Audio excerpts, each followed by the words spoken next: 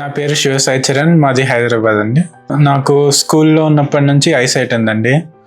అది మెల్లమెల్లగా కొంచెం కొంచెం పెరుగుతూ ఉంది. రెగ్యులర్ చెకప్స్కి వెళ్తూ ఉన్నాను, కానీ ఒక టైం వరకు కాన్స్టెంట్గా ఉంది. రీసెంట్గా చెక్ చేయించుకున్నప్పుడు ఐలో సిలిండ్రికల్ పవర్ అనేది పెరిగింది. ఒక సర్జరీ లాంటిది చేయాలని తెలుసుకున్నాను. నేను ఈ పుష్పగిరి హాస్పిటల్కి వచ్చినప్పుడు నాకు ఇక్కడ అందరూ టెస్ట్ చెకప్స్ చేసిన తర్వాత ఐసీఎల్ సర్జరీ అని డాక్టర్ లక్ష్మి గారితో మాట్లాడినప్పుడు తెలిసింది.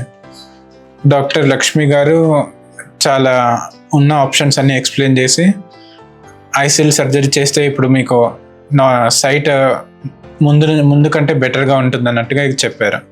ఆపరేషన్ అనగానే కొంచెం భయంగా ఉండేది, కానీ ఆపరేషన్ టైంలో డాక్టర్ లక్ష్మి గారు మధ్యలో మాట్లాడుతూ కొంచెం టెన్షన్ అనేది రిలీవ్ చేశారు.